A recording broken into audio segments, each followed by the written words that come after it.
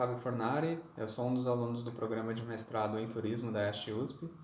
E, bom, nós temos falado sobre turismo e algumas das suas vertentes, mas como o turismo se tornou esse setor tão relevante na economia mundial e como o turismo de base comunitária se relaciona com algumas das pautas globais, como os Objetivos de Desenvolvimento Sustentável. É comum termos em nosso imaginário uma ideia de que o turismo sempre fez parte da humanidade, já que deslocamentos e viagens estão presentes em relatos históricos há séculos. Porém, o turismo como nós conhecemos, ele começa a ser desenvolvido como um resultado de processos da economia industrial e o avanço capitalista como principal modelo econômico. Então, é a partir de lutas de trabalhadores por mais direitos que surgem alguns temas de discussão muito importantes para o turismo, como o tempo de trabalho e o tempo livre e tempo de lazer. E por conta desses processos históricos trazidos pela sociedade industrial do século XIX e XX que o turismo nasce e se desenvolve.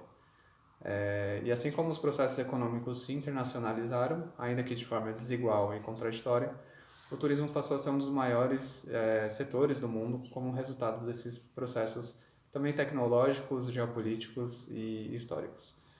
Se pularmos o período industrial para o que vivemos hoje, que é uma economia globalizada, mais baseada em trocas de serviços, vemos que o turismo teve uma expansão enorme e é uma das mais desejadas atividades de lazer na sociedade.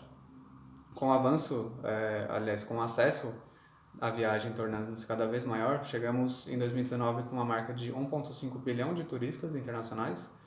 E essa marca ela foi alcançada após décadas de crescimento exponencial da atividade, o que é visto como positivo do ponto de vista econômico, mas também traz inúmeros problemas para os destinos turísticos e para as comunidades locais.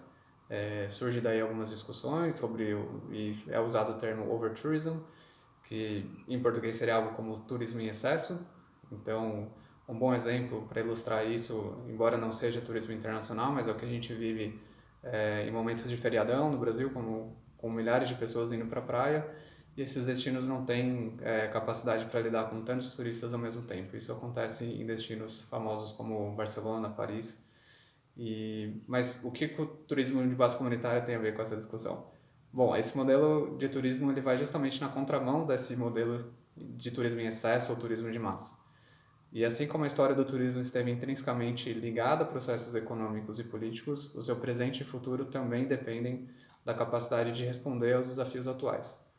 E o maior desafio atual para a sociedade é a crise climática, e mais recentemente, e não coincidentemente, a pandemia.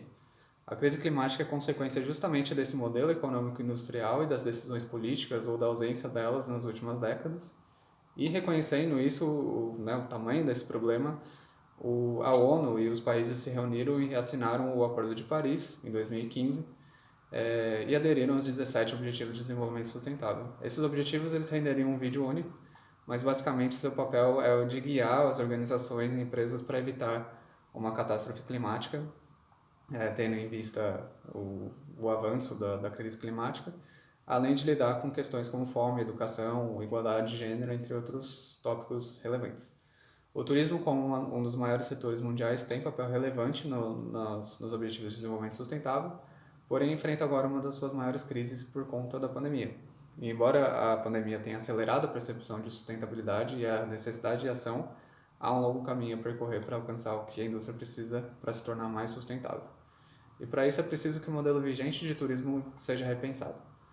É aqui que o turismo de base comunitária aparece como uma interessante alternativa, pois embora seus exemplos sejam mais comumente encontrados em áreas rurais ou litorâneas e em grupos de pequena escala, seus preceitos podem ser aplicados para grandes cidades e destinos turísticos que recebem um número grande de turistas, para que esses locais desenvolvam um turismo que seja de fato sustentável e socialmente justo para comunidades locais e para turistas.